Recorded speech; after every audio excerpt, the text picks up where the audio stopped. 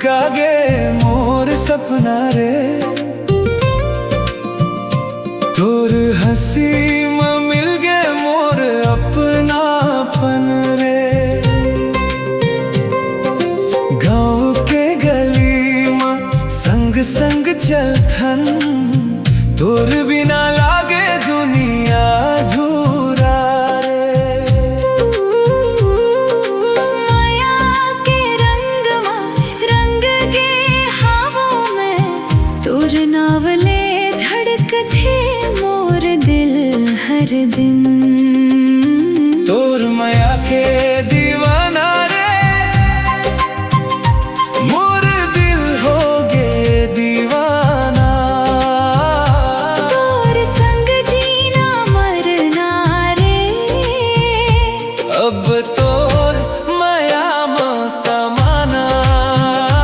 तोर माया के दीवाना रे, मोर दिल हो गे दीवाना।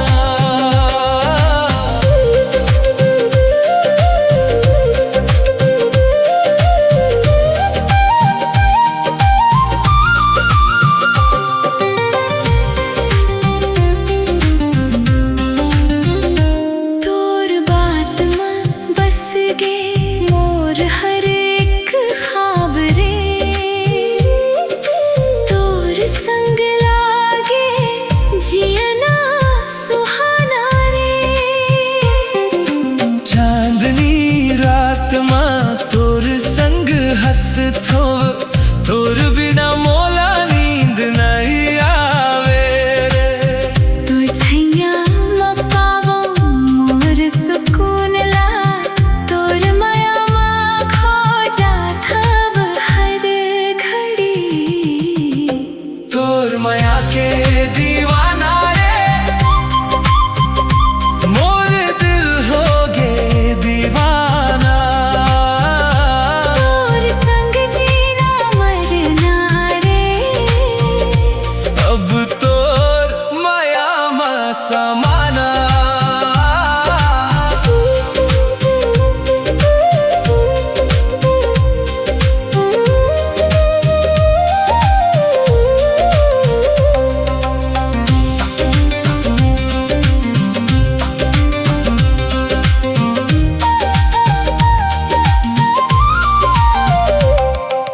तोर संग बना ही मोर जिंदगी के कहानी। तोर संग सजा ही मोर सपनों के निशानी। हाथ में हाथ धर के चलबो जिंदगी भर, तोर माया में खो जाबो हर जन्म हर पल। तोर माया के दीवाना रे, मोर दिल हो गे दीवाना। तोर संग जीना मरना रे, अब तोर माया में समाना। तोर माया के दीवाना रे। ओ मोर दिल हो गे दीवाना।